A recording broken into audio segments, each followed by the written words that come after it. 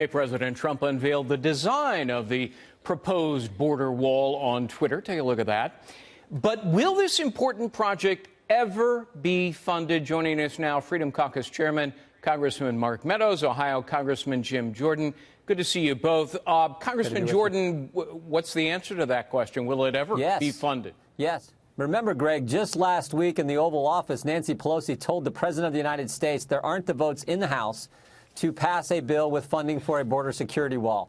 Just last night, 217 Republicans proved her wrong and voted to pass a bill with dollars for a border security wall. This makes good sense. The only reason we're going to be headed to a shutdown here in a few hours is because Democrats don't want to support something that will actually secure the border, plain and simple. Congressman Meadows, you know, Trump promised it. He has tried to deliver. The House delivered, but the Senate won't. So is this the Chuck Schumer shutdown? Well, indeed, in just a few hours when it shuts down, the only person standing between really getting a deal and not getting a deal is Chuck Schumer. But I can tell you, you mentioned, Peter Doocy was talking about the vice president. It's his entire team that has been working on Capitol Hill all day. The vice president, Mick Mulvaney, Shahira Knight, Jared Kushner. The president has been on the phone with senators and congressmen throughout the night. His desire is to not shut it down, but it's also to deliver to the American people a secure border, and we've got to do that. He's made a promise. He's committed to that. I believe we'll get it done. But right now, there's not a deal, primarily because of Chuck Schumer. Chuck Schumer and a device that was conjured up as a Senate rule called the filibuster, Congressman Jordan. You know, this is exactly what the framers didn't want. They argued about having it, and they abandoned the idea because they tried it before in the Articles of Confederation, and it led to chaos and dysfunction. You know, over the last decade, hundreds of productive bills have been defeated by this artificial device called a filibuster. Right. Isn't it time to end the filibuster for everything once and for all? Yeah, I think that's where I'm at. That's where the American people are, but that's not our call. It's the Senate's call. But you're right, Greg. It's not in the Constitution. It is a Senate rule. Imagine if they kept the filibuster for Supreme Court nominees.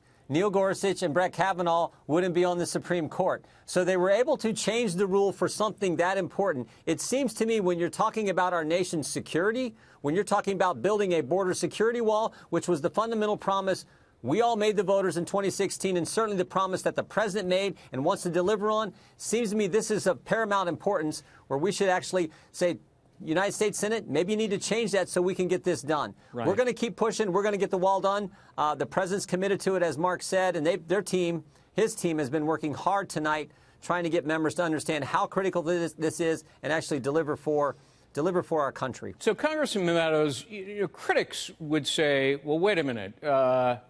Republicans have had control of the House and the Senate for 2 years, and the White House for the better part of 2 years.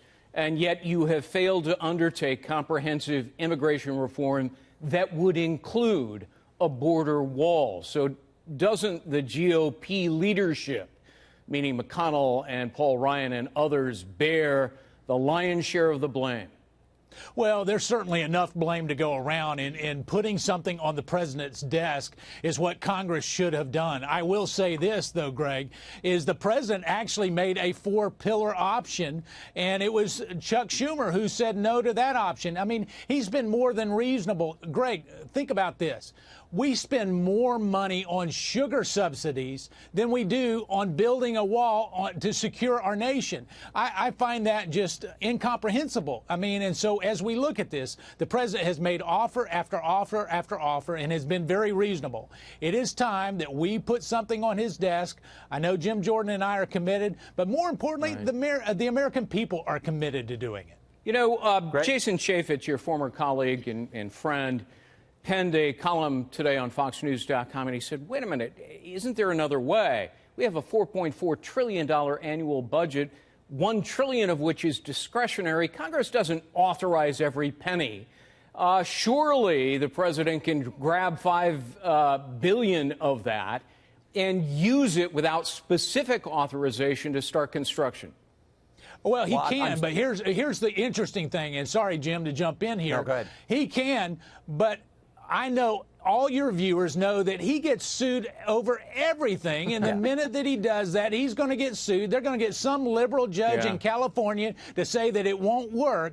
And so, listen, we would certainly support some of those unobligated funds going that way. But it's really incumbent on Congress to do their job. That's why Jim and I are still here in D.C. We're committed to getting it done. Congressman Jordan, so you've got 4 days, really, because government workers aren't going to work Saturday, Sunday, Monday. They have the day off. Of course, the holiday on Tuesday. So you've got 4 days. What can be done? Well, we got to just keep pushing and making the argument. Mark is exactly right. We need to appropriate dollars so this doesn't get tied up in court and we never get the wall. And $1.6 billion is not going to cut it. It's got to be more money than that so we can actually get this done for the American people. The big thing I think we have to get through is Democrats have to be less focused on stopping the president and more focused on helping the country. They're so concerned about stopping President Trump from accomplishing things. Let's just focus on what's good for the country. Everyone knows we'll have a less of a drug problem, less gang violence, less human trafficking problem if we secure the border and build the border security wall. We just got to keep making that case, keep pushing, because we know when it comes down to it, the American people are with us. This is why they put Donald Trump in the White House. We have to deliver. And I think that message will get through, and we're going to get something. Congressman Jim Jordan, Mark Meadows, two important members of Congress, thank you for taking the time to speak with us.